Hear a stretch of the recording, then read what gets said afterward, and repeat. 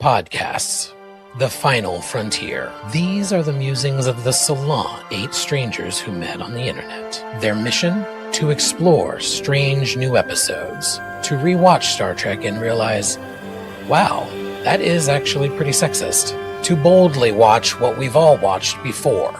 Red alert! Set an intention, go to Salon Trek. Rawr. Rawr. Oh,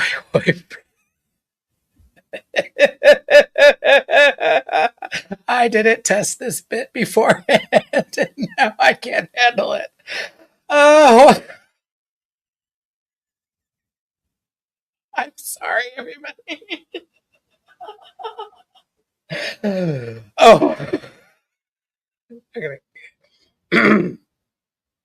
professional. Oh. Ahoy, hoy, friends, and welcome to the Salon. I'm your resistance leader, Stan Williams, and I gotta put that away. Tonight, we are talking about episode 404 of Star Trek Strange New Worlds, a very serious episode and a wonderful episode. I can't wait to get into it. Before we do talk about, it's so bright with color. This episode written by Skylar Ojeda and Dana Horgan, directed by Mira Menon. A Case of Chiaroscuro. I can't pronounce that word and I apologize. We are having a store first. I'm a mess. We're going to get it together. Go to tinyurl.com/thesalontrek store for lots of fun shit, including the Star Trek Made Me Gay t-shirts, including the new Beverly variant, some fun stickers, wine glasses, etc. Get excited.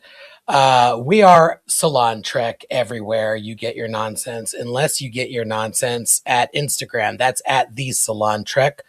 We are also on all of the podcast places the next day at Salon Trek, wherever you get them. And we're also on Patreon. If you've got a couple of dollars to throw our way, we've got a couple of benefits to throw your way. For $5 or more, we have fun bonus episodes. And for any amount, you get access to a discount version of the store that should have been this next slide. But instead, we're doing it again. Will and I fucked up. So we're going to pull a Janeway and go back in time one more time to serve Kunt in the Delta Quadrant. We've got some damage to undo. So get excited for that. Join us then. And now we got to beam in the rest of our resistance. Starting with my number one, Trevor. How you do? Feeling a bit of resistance. Get that checked out. Speaking of getting it checked out, not feeling great, but still with us. Matt, how you do? Not feeling great, but still with you. I would say that I feel very pale right now. The color has been drained out of my face. Well, thank you for giving me an even better segue, because speaking of pale, how are you, Will?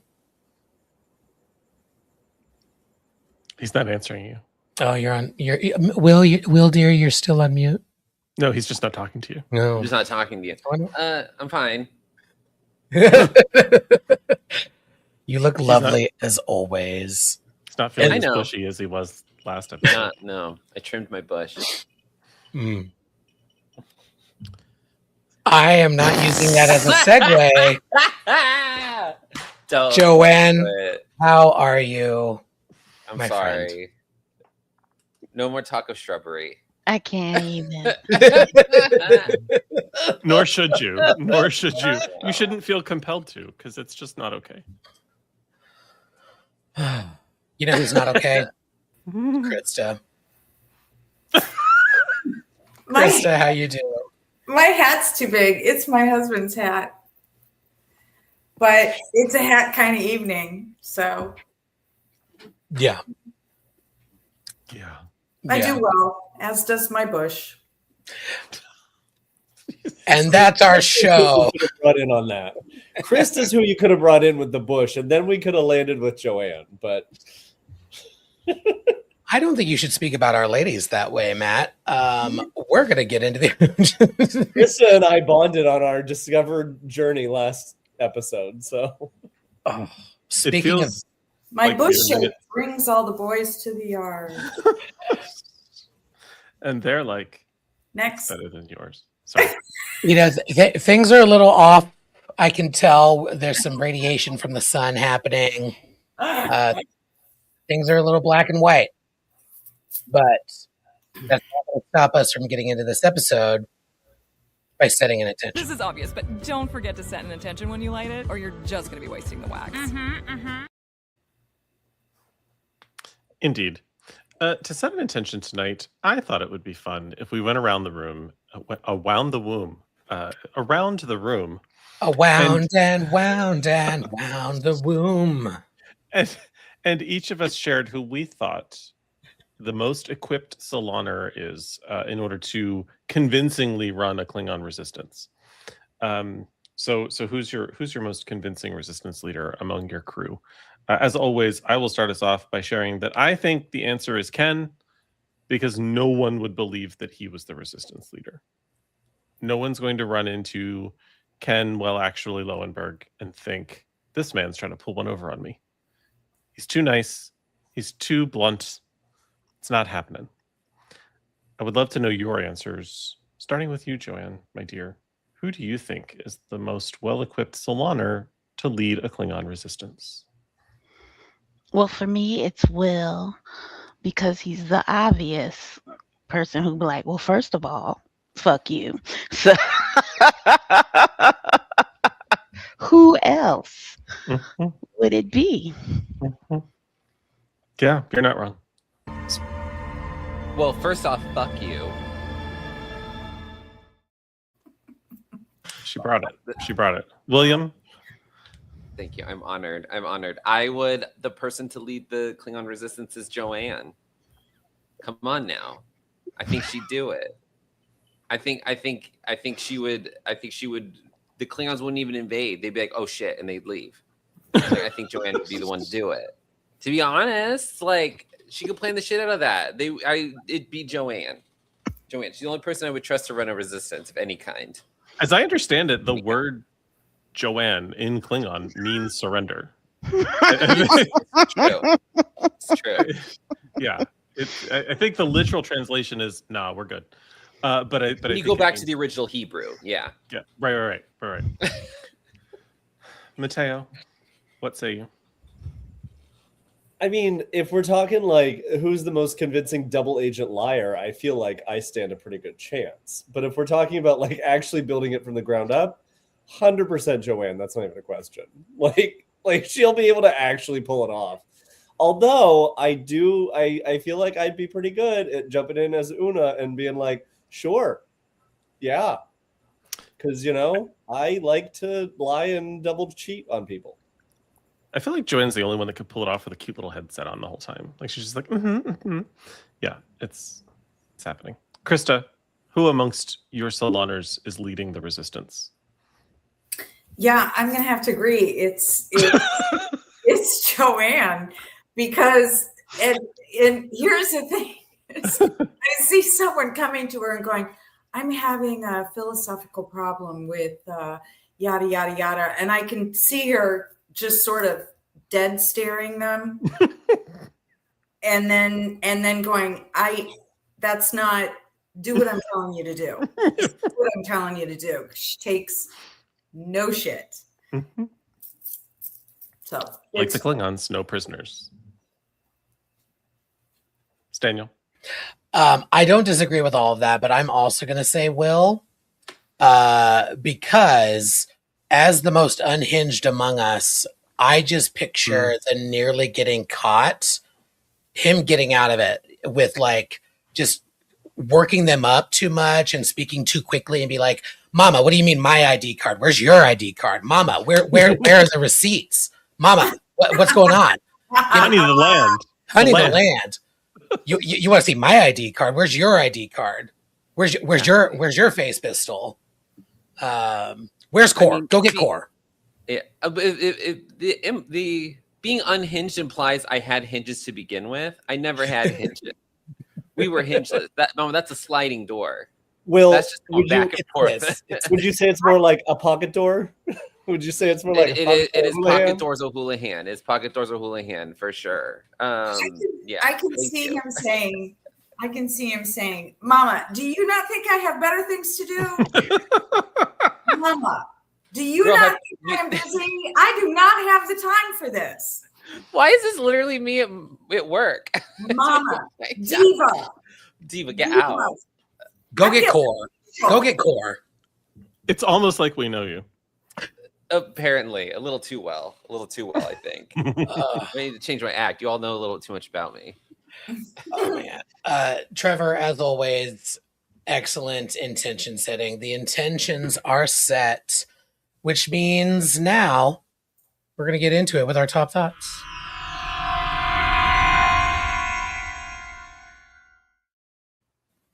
I will kick off the top thoughts. I really enjoyed this episode. I think season 4 is starting to feel like probably close to, if not my second favorite season.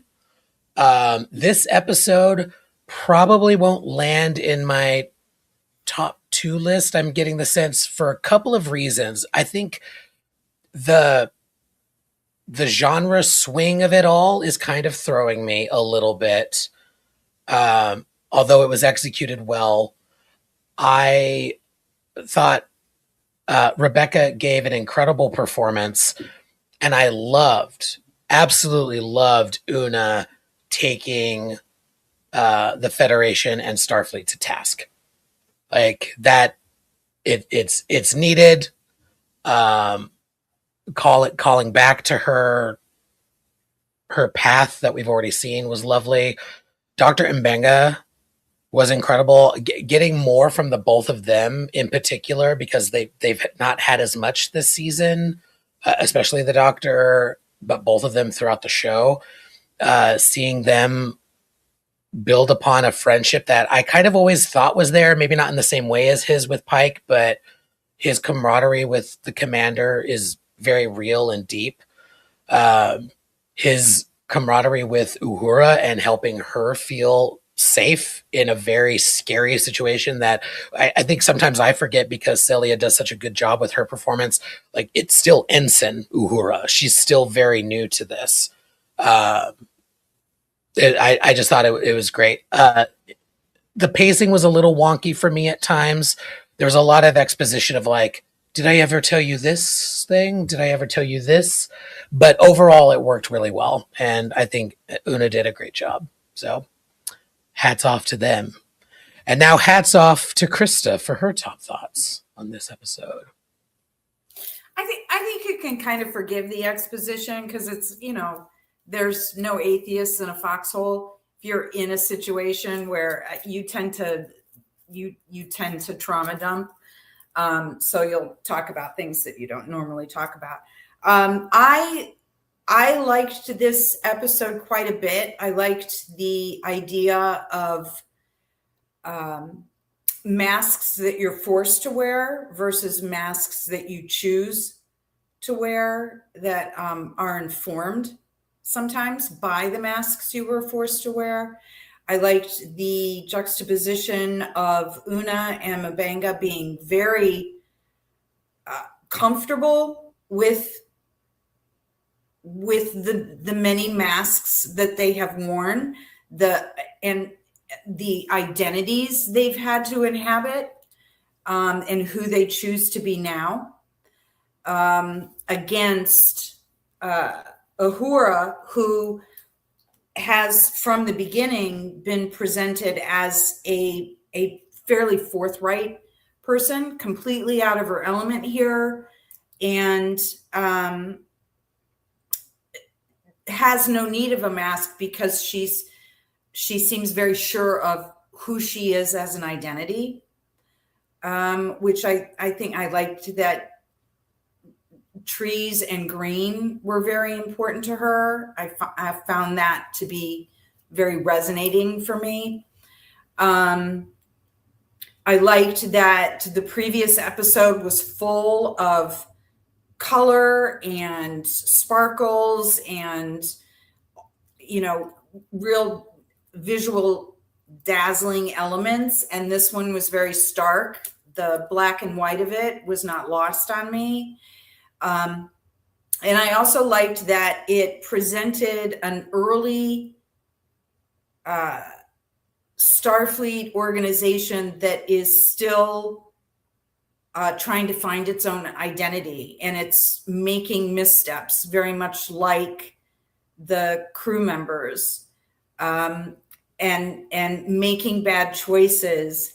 And still, there are people that will say it out loud. When we get to the later episodes, it's kind of, Prime Directive is kind of established. And I think here it's still sort of an idea, but without really being solidified.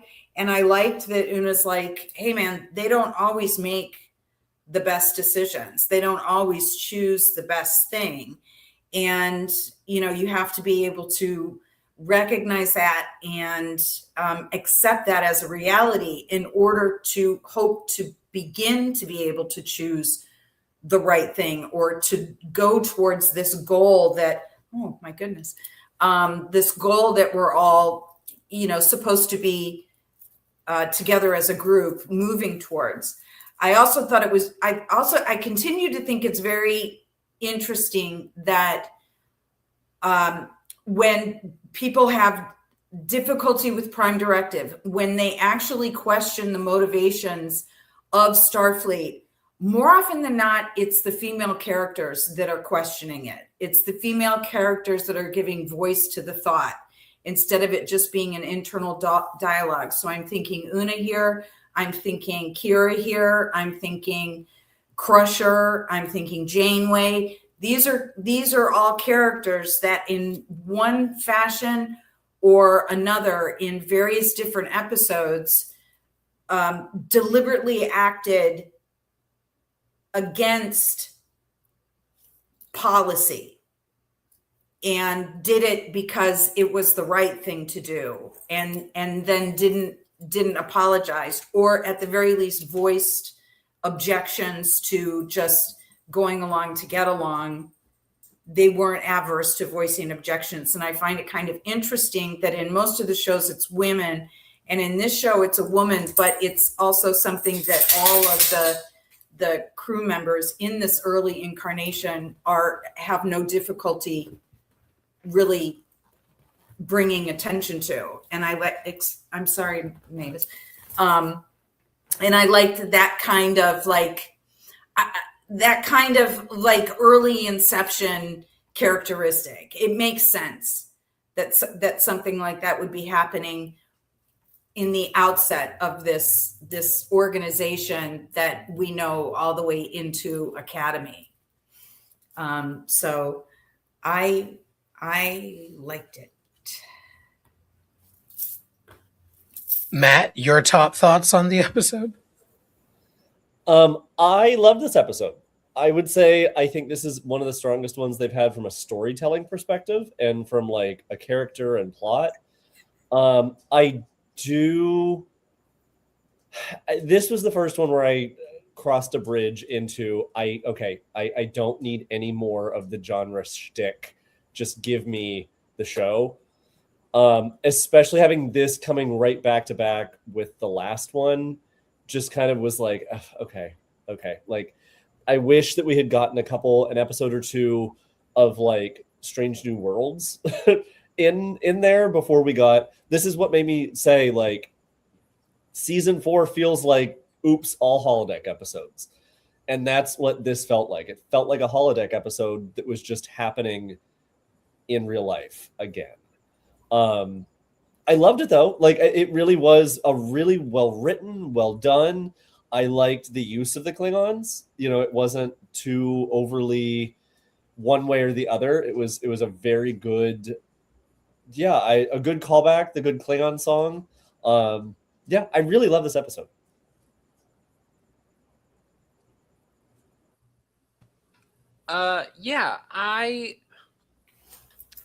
This might be controversial. I thought it was a good episode of TV. I don't think it's a very good episode of Star Trek. And I think the performances were great. I think finally giving Rebecca Romijn something like this was great. I love the development of her character. There was something about this where I was like, okay, I get what they're doing. Clearly the season is like the director was we're gonna put Strange New Worlds in a new genre each week. Get it. I got it. I understand. And I think this one fits a little bit better than the last episode where we got like, oh, they're on the high planet. Okay, great. Hangover happens. This was like, there's some sciencey things happen. These people live on this planet. It's how they look. It is noir, but like they're playing with this idea. I just don't think they take it far enough. Like and I don't think the B plot of this enhances the A plot in any way. Normally, like when we get like an A-B plot, like in like TNG episodes and elsewhere, the B plot is in some ways a foil to this, and I just don't think it is because they're trying to push this storyline of La'an forward, and I don't think they do it in an effective way because it doesn't reflect what's happening on the planet. So it's like these two things are happening. It didn't feel like there was much of a crisis around like the shuttle stuff and then being stuck on the planet. I don't know. I liked it as like not an episode of Star Trek, which is a weird thing to say because it felt very science fiction in Star Trek to me. And it's the most TOS kind of reference centered episode where they go, they went to a random gangster planet, the World War II Nazi planet. Like, yeah, like this is the most reference to it. And I thought it was visually striking. I just was like, is this Star Trek? I don't know. It was weird. I haven't quite settled on it. It'll come to me later. But anyway, sorry. Joanne. I thought it was beautiful to look at. It also kind of stirred up a little nostalgia for me because we didn't have a color television at all. Like I went to college even with the black and white television. So I saw where most people saw a lot of things in color. I'd only see them in black and white. So I had a whole little moment about that. Like, oh yeah, I've never seen this show in color. So that was a fun little moment for me. I love situational ethics kind of things, where everybody's kind of morally gray. And they do what's right for the situation, even though that might not be the choice they make at some other time. I think that that's very real world, and the struggle we all kind of handle. We're not all morally virtuous. We're not all morally vicious. We do what the situation requires. And so I like that exploration for sure. I didn't understand the whole La'an thing. I don't like her anyway. I want her to go away. But I didn't understand it. So I think I was probably there with you, Will, like what is this about? But that's probably also my own just sort of bias and baggage, like this is dumb because she's dumb. So I'm very tired, you guys, so my mouth is probably a little slick. So grain of salt, cup of coffee, can of ginger ale. I don't know where I'm going with that. It was beautiful, and I loved again Uhura.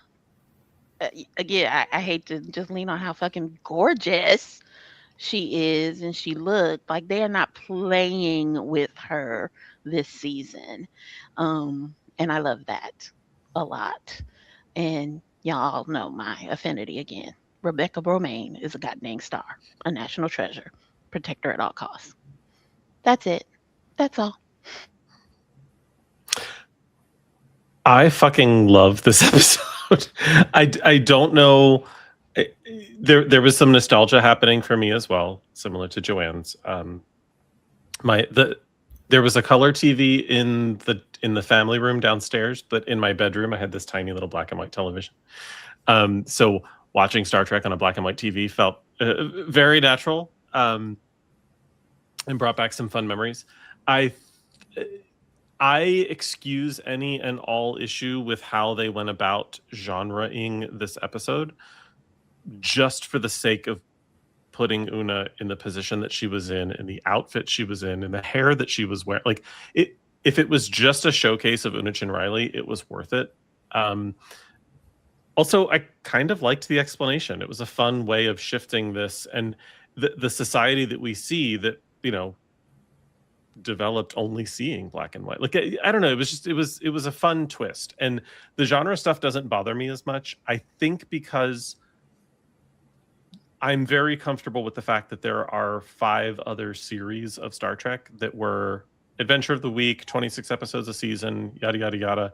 Now we're doing, you know, Discovery was sort of the Star Trek soap opera. This is the Star Trek genre fun. Lower Decks was the Star Trek sitcom. Like, we're just doing different things, and I'm not expecting Strange New Worlds to be what the original series was or what TNG was, and I'm just leaning into it, and it's fine. Loved everything about Mabenga in this episode. The him using his trauma from the war not to just talk about trauma, not to just relive his trauma, not to just pass trauma on or recognize and understand trauma, but rather to be a fucking badass spy, was really cool. I don't know if that takes something traumatic and makes it positive, but it certainly made it a skill. So that was cool to see him teaching Uhura how to deal with these situations she's going to encounter in her weird ass Starfleet career, because all Starfleet careers are weird. So you're going to end up in situations you're not expecting. Have an alias, have this, have a backstory that kind of is easy to remember. Like, all of the things that he was just throwing out left and right were so fabulous.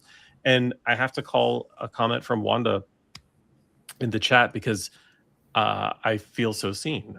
This reminded me so much of not just TOS, but like how stories were told in the 40s, 50s, and 60s, in terms of like, there were points where sometimes I started to drift a little, because the way that attention was kept back then was different than how we keep it now.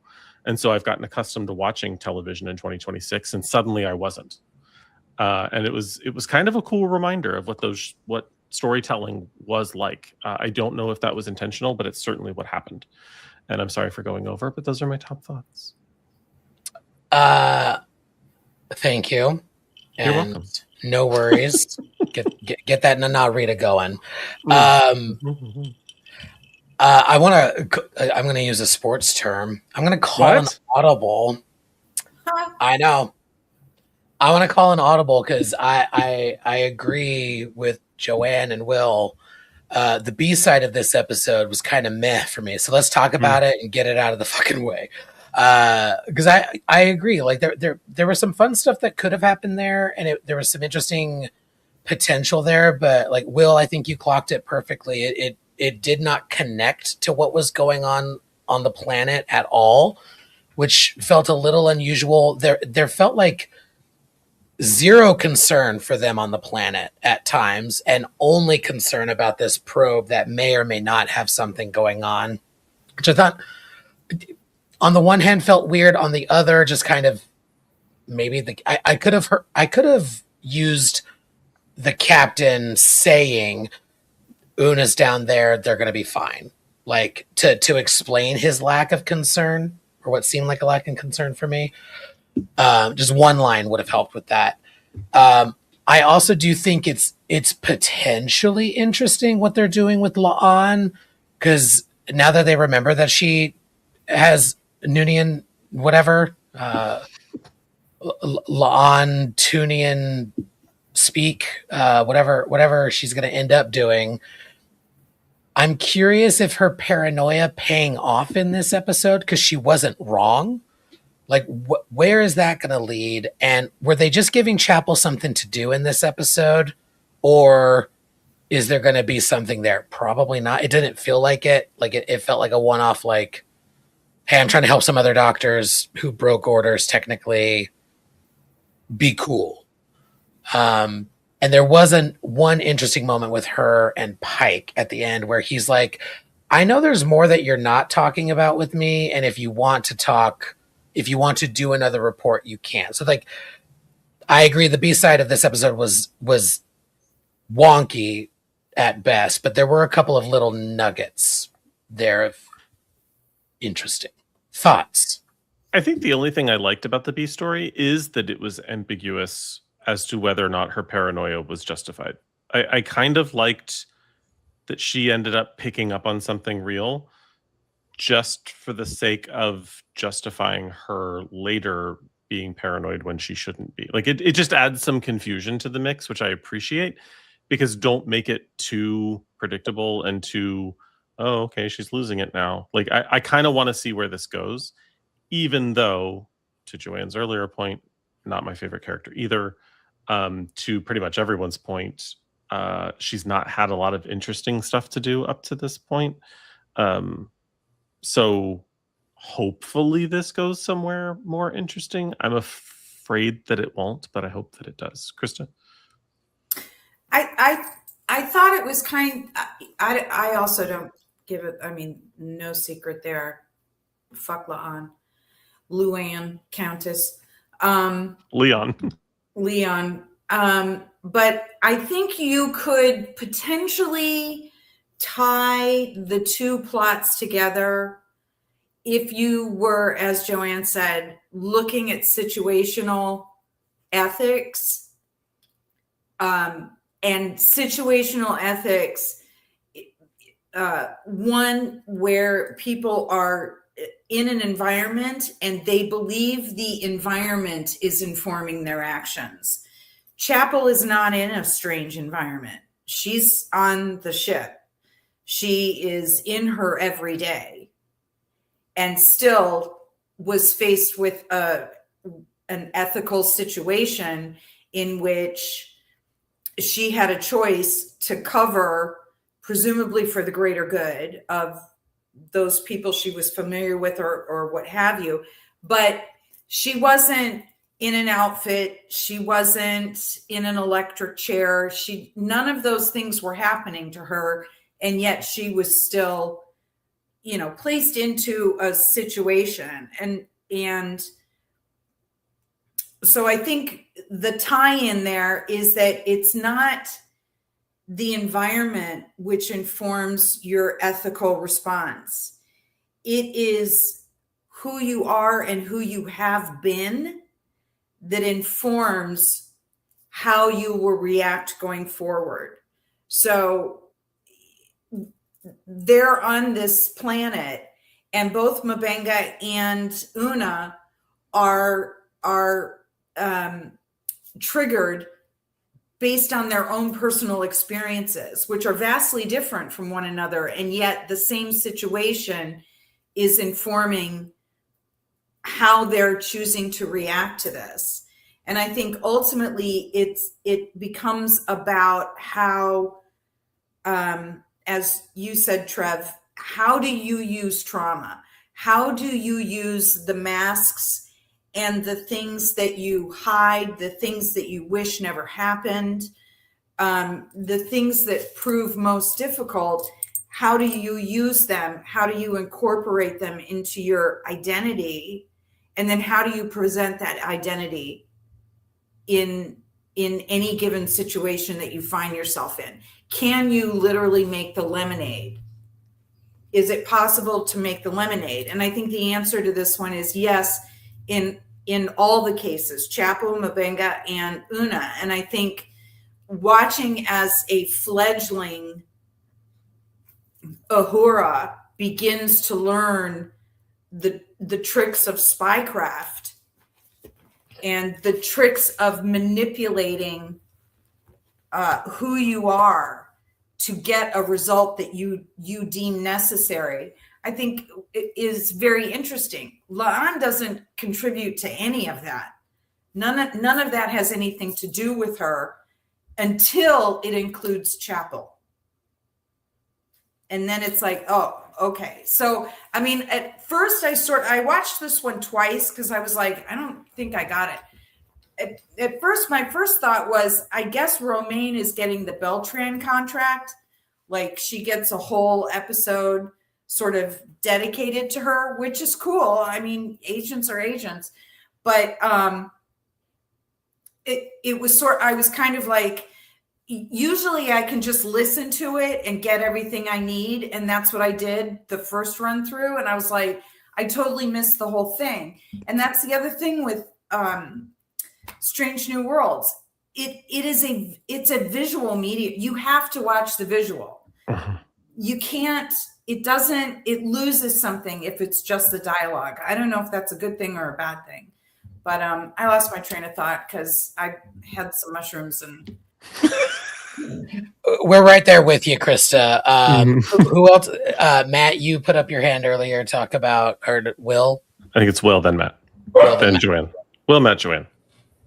Sorry. B-sides, go. Yeah, I think it was coming down to La'an's decision for me, because she ends up doing it because it needed to. I guess it would need to contrast Una's decision on the planet, because she's doing the right thing. The moral thing is to stay there and help free these people from the Klingons. And then La'an going, okay, with the probe being tampered and her finding out that it was Chapel, she should have still reported her. Like, she should have said, you should not have done this. They violated an order. While that, to contrast Una's decision, I think there wasn't enough of the same. There wasn't, if this is about chiaroscuro, which is the contrast between light and dark, then it's like, where was that in the decisions of the crew? Do you know what I mean? Like, I feel like she needed to make a decision that contrasted Una's more, I think with Una being the A plot, the B plot's the thing that needs to contrast, where she goes, this is the thing, this is our duty, this is the thing that we're doing. And La'an always being I've always seen her as pretty rigid in terms of rules and regulations and structure and stuff on the ship. So to her go, no, this was tampered with, they did this, this should have been reported. And then maybe Pike go, we're not going to report it. Like, something along that, where she makes this decision that this was the moral thing that she wanted to do, because it felt like she was doing something for a friend, where I don't think she wanted to make that decision. And if it being about her paranoia on this, like, I don't know. I think that should have been played up more. There just wasn't enough at stake for anyone in this, I think. There wasn't a ticking clock. There wasn't enough tension. It just felt like people were kind of just going through a thing and making decisions. And not every episode needs to be like, end of the world, end of the universe thing. But it just kind of, I guess that's my problem. There wasn't enough contrast between the decisions of the crew. It would have been more surprising if La'an goes, I'm reporting it. This was wrong. You tampered with a probe. They crossed into the neutral zone while it was to help people. They shouldn't have done this. Or they should have gone about it, whatever. I don't know. That's my thought on it. But that's the constant in all of the shows. That's the constant, with possibly the exception of the Doctor.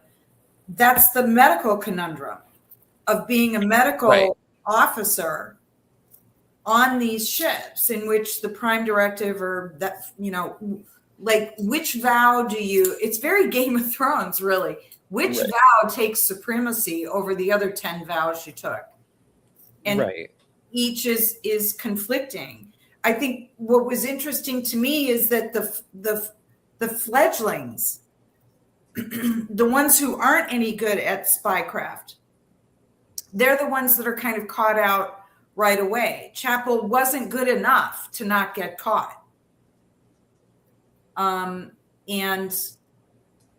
M'Benga and Una,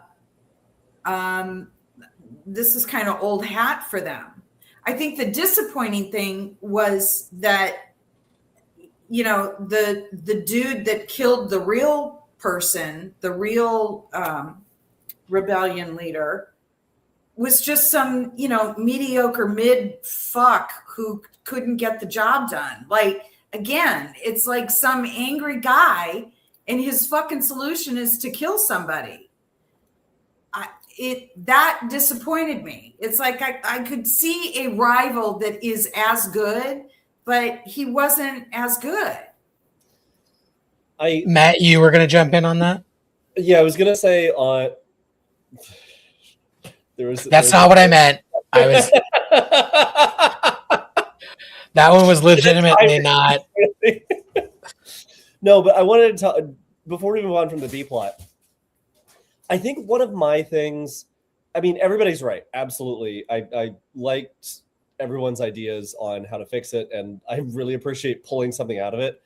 I think my biggest problem with the B plot is a lot more simple in that it was just poorly executed, just all around. It wasn't that it was like, oh, we're not going to tell you if she's going crazy. It wasn't like, there were so many parts of it where it's like, La'an, you originally are like, okay, is she just being paranoid when she's with Spock? And you're like, oh, maybe that's it. And then she takes it to Scotty, and before anything, Scotty's like, oh no, we did that. And you're like, oh, okay, she's not paranoid. And then Scotty's the one that finds, wait, there might be another thing in here.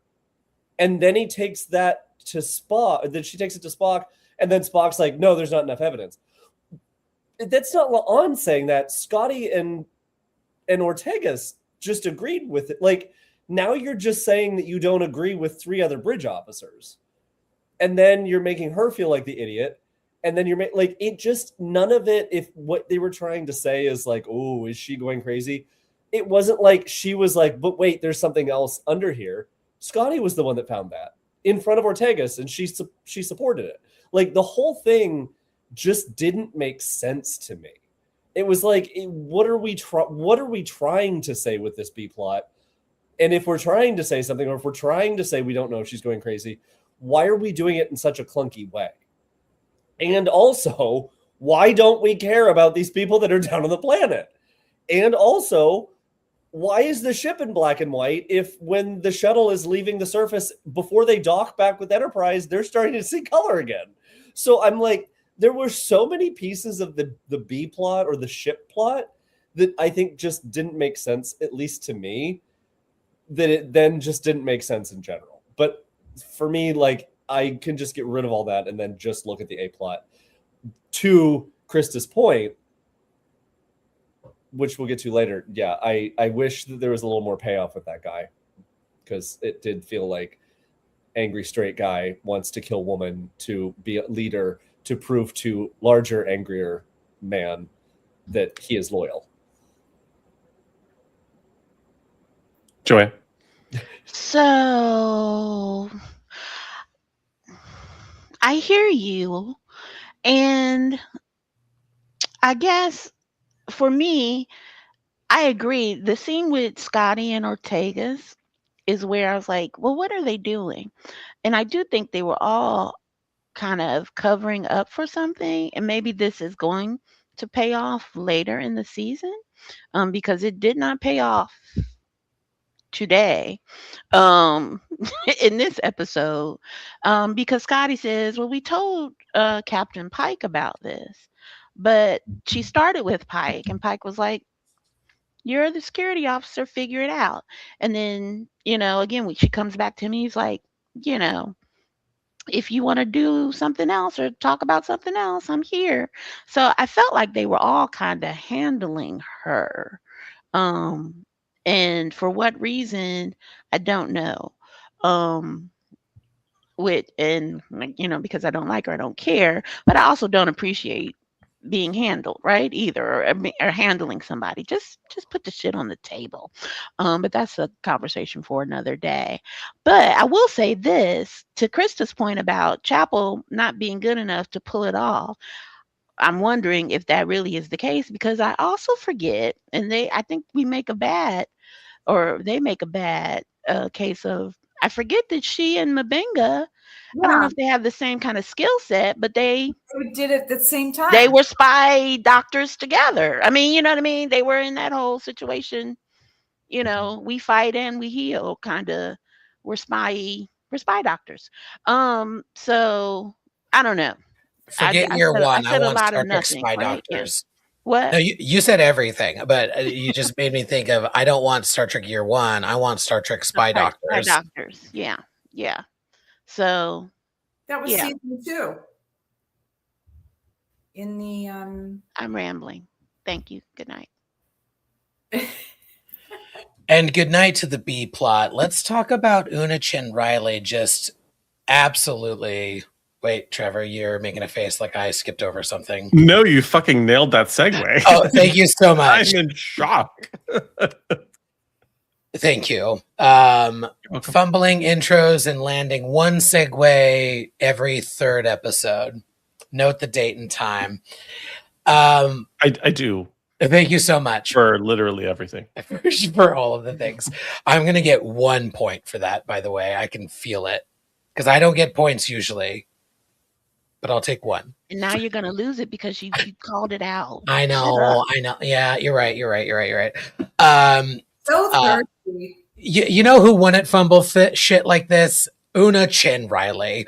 Una Chin Riley fucking nailed it in this episode. Rebecca Romaine is incredible. Let's talk about it. She did not skip a beat. She's like, "Oh, you think I'm someone else? Okay, I've been someone else before. Let's figure this shit out." Including shout out to Trek Movie, Tony's article with his captions. There's a picture of the woman who took her own life rather than like get taken by the Klingons. And the caption was something like, "I'm sorry, your table isn't ready. There's a dead woman here." Anyway, let's somebody say something about this. Trevor.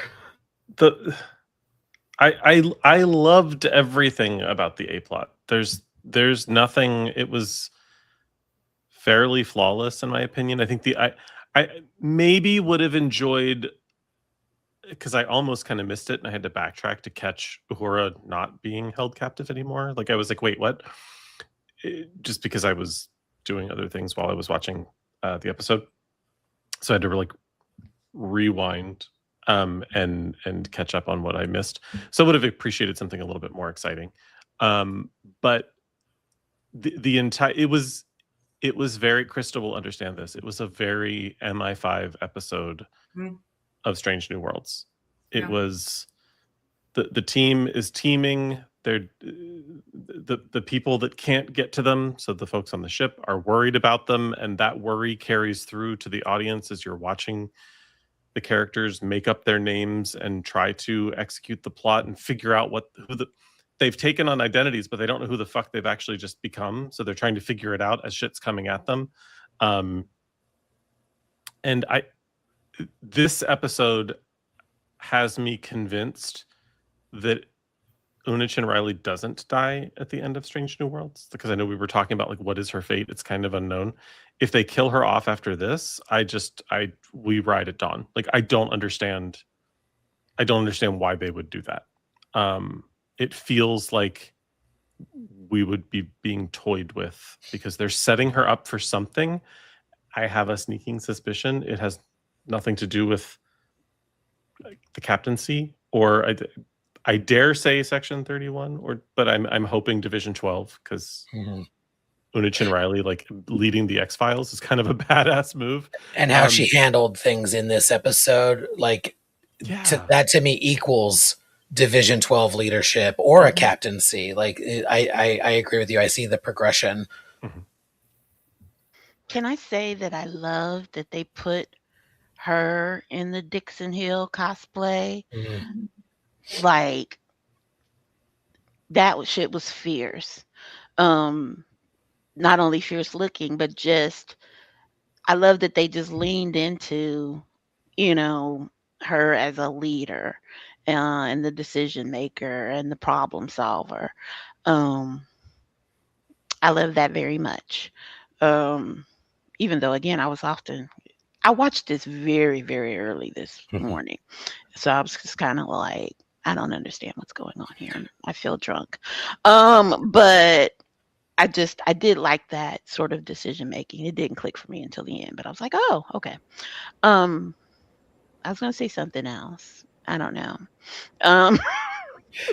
I'll jump in and just say something about the visuals, because I think you're spot on. The costuming, particularly for black and white, like it could have been very challenging cinematically, but it was not difficult to see who was who. They lit it well.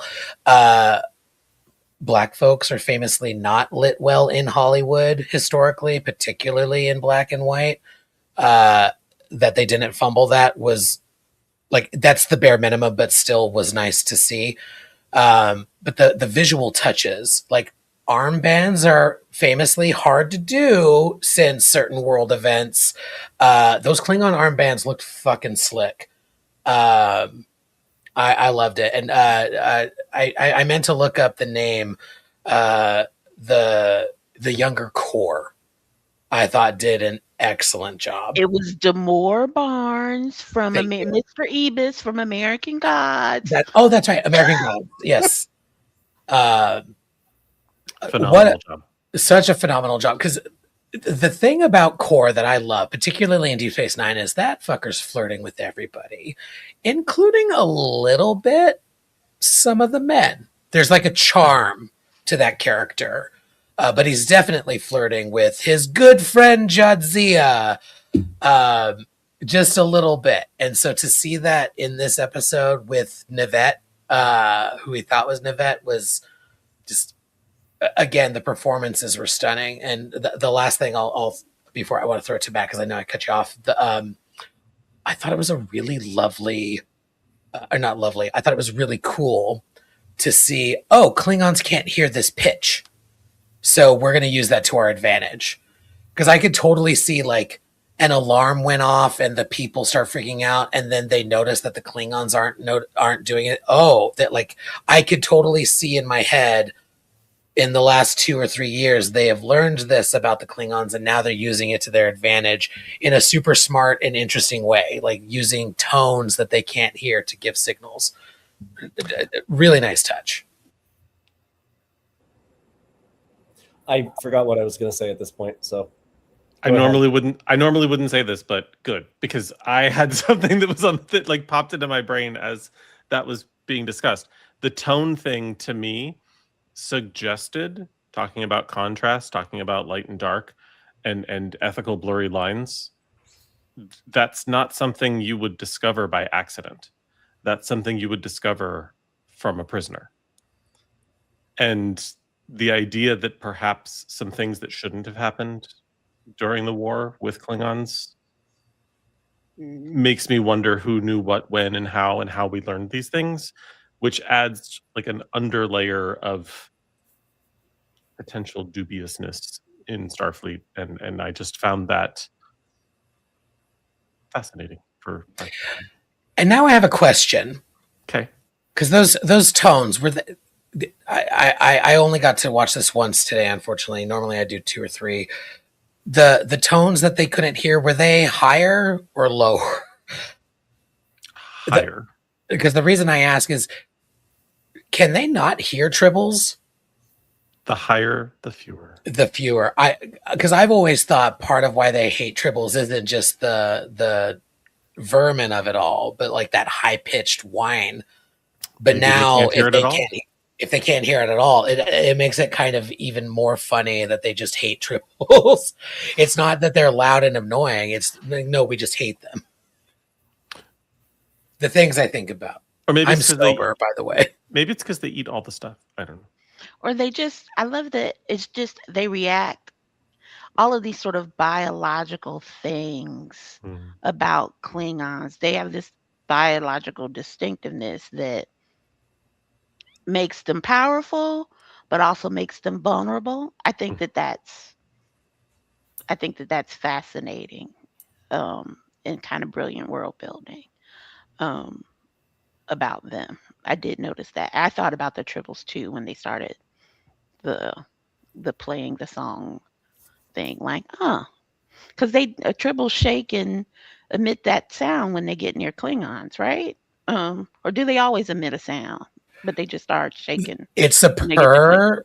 It's like a whirly purr around most folks, and it's that high pitch. Ooh.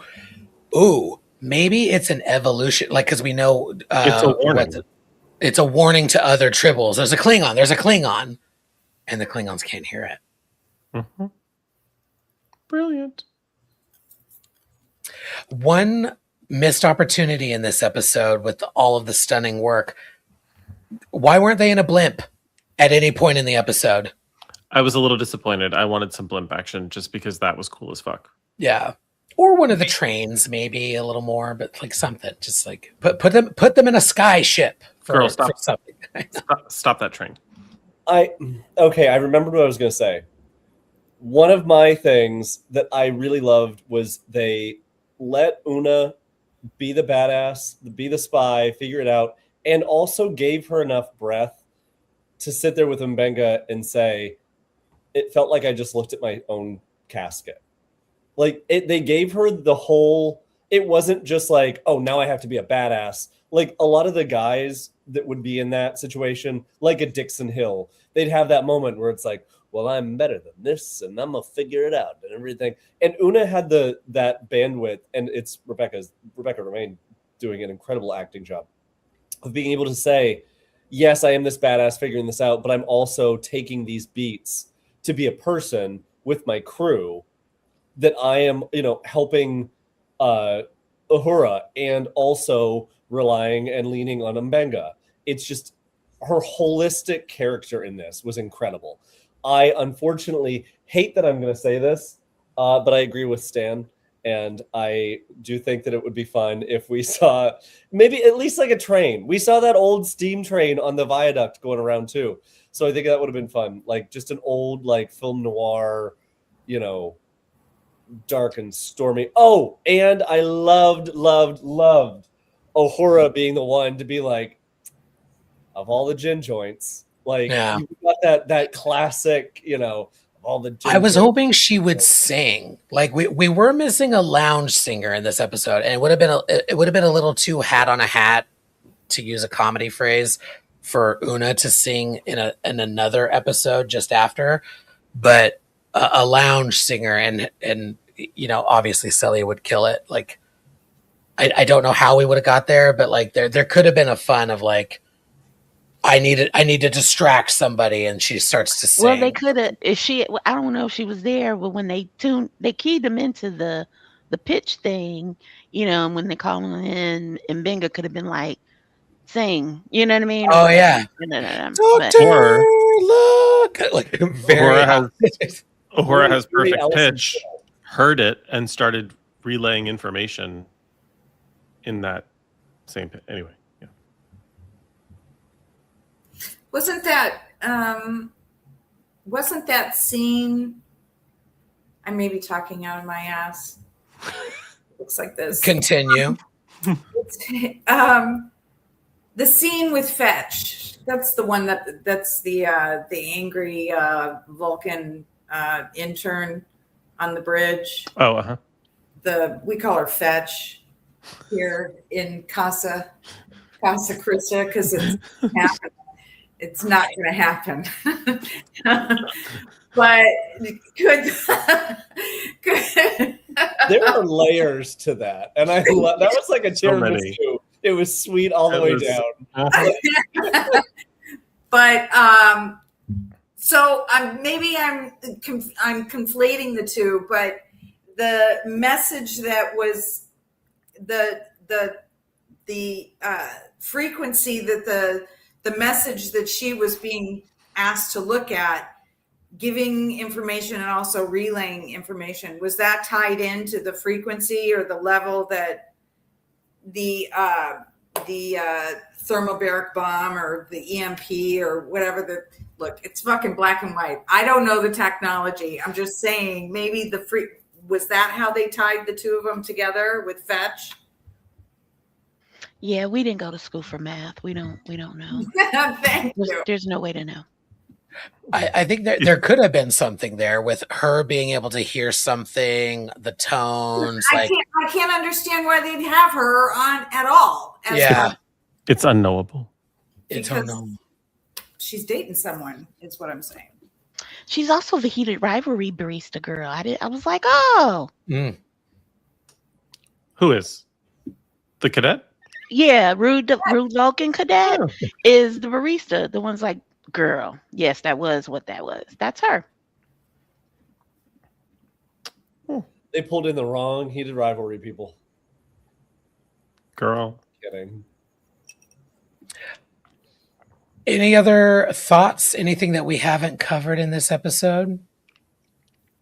I liked Mbenga kept talking about how you can't get lost in another MI5 reference. You can't get lost in the legend.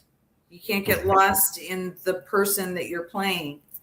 and how that was kind of set against what he was telling Uhura, which is keep in mind the things that you love, like keep them close inside so that you can track back to who you are, even if you are someone else. You're forced to behave as someone else. You're wearing a different mask. I appreciated him being the voice of wisdom this episode. Yeah. Like, people were, I think, a little pissed about the amount of exposition he had to do, but I think that was the point, right? I don't know. It worked for me. Exposition was great. I've been It worked turned for me. around. I've been turned around on it. Like, I think several of you have made really good points where I was like, I think on my only watch, for me, it was pacing that I was there was something there, but like, yeah, that's how you would talk about it. I think you'll like it better on a second watch. I think that's the point of noir. Mhm. Yeah. They don't lay it out. They give you little teeny breadcrumbs, and you miss so many things. Like Hitchcock was just a more obvious noir, but noir, actual noir, is you have to pay attention because the tells are very, very subtle, and it's quite a bit exposition in terms of character, like revealing a character very slowly over time, so that at the end you're like, wow. And that's the point of it. So the pacing of it, if it was a love letter to noir, they did it very well. Mhm. It was paced exactly right. It's not just the black and white. It was the focus that they had. There was a problem, and they built on these characters that we thought we knew, characters that we were familiar with already, and they built on them. They world builded within them. So now we know them even better. But it was a very slow process. Nowadays everything has to be spelled out for us. It's like there's no subtlety anymore because we're a bunch of fucking morons. So it's all going to be thrown at us. It's all going to be bells and whistles. This was as stark as it gets. And for that, it was excellent because it forces you to slow down. It forces you to slow down and to pay attention. If it's something that you want to be invested in, you have to make that choice. They're not just going to fucking hand it to you. And that's what I appreciated about it. Easy's easy. Fuckers. And on that note, Yeah. Trevor, Yes. land this fucker. I would be fucking happy to land this fucker. There were 2 Bev alerts. Stan landed a segue once, and Will fucked us one time. I gave 70,000 bonus points to Krista for bitch that hat. I gave her an additional 50 bonus points for making that lemonade. I gave 27,000 bonus points to Joanne for launching the new Trek series, Spy Doctors. I gave 1,000 bonus points to Matt for not understanding something that actually doesn't make any sense. I gave 400,000 bonus points to Will for contrasting the contrast with a lack of contrast. I gave 500 bonus points to Wanda for accurately staffing the Resistance leadership. I gave 100 bonus points to the Blimps for blimping. And last but not least, I gave 1 million bonus points to the late Sylvia Brown for Honey the Land. Wait, can I give just a small... You cannot give points. Do not. I'm giving a little shout out. Let's give a little shout out because Anthony said he wasn't going to be in the chat this week, but he's been in the chat both times. He told us at STLV he wasn't sure he was going to make it, and he made it to both. So, Thank you, Anthony. yes. To Anthony. And to all of our friends in the chat, thank you very much for joining us. Thank you to my fellow Saloners for not 1, but 2 delightful episodes this evening. We're all tired, so we're going to go to bed. And before we do, though, like and subscribe at Salon Trek everywhere except Instagram at The Salon Trek. like, comment, share with your friends, all of the things. Buy a Star Trek Made Me Gay shirt. Now with Beverly. More variants coming soon. Especially if you're straight. Especially, yes. If you don't buy one, you're homophobic. And we will be back next Thursday to talk about the puppet episode. It's happening. It's happening. And before then, we're going back to the Delta Quadrant one more time. Will and I, we're going to fix it and then never again. Make it nice. Until then, live long and prosper, everyone. All hands abandon ship. Proceed to the nearest evacuation zone immediately.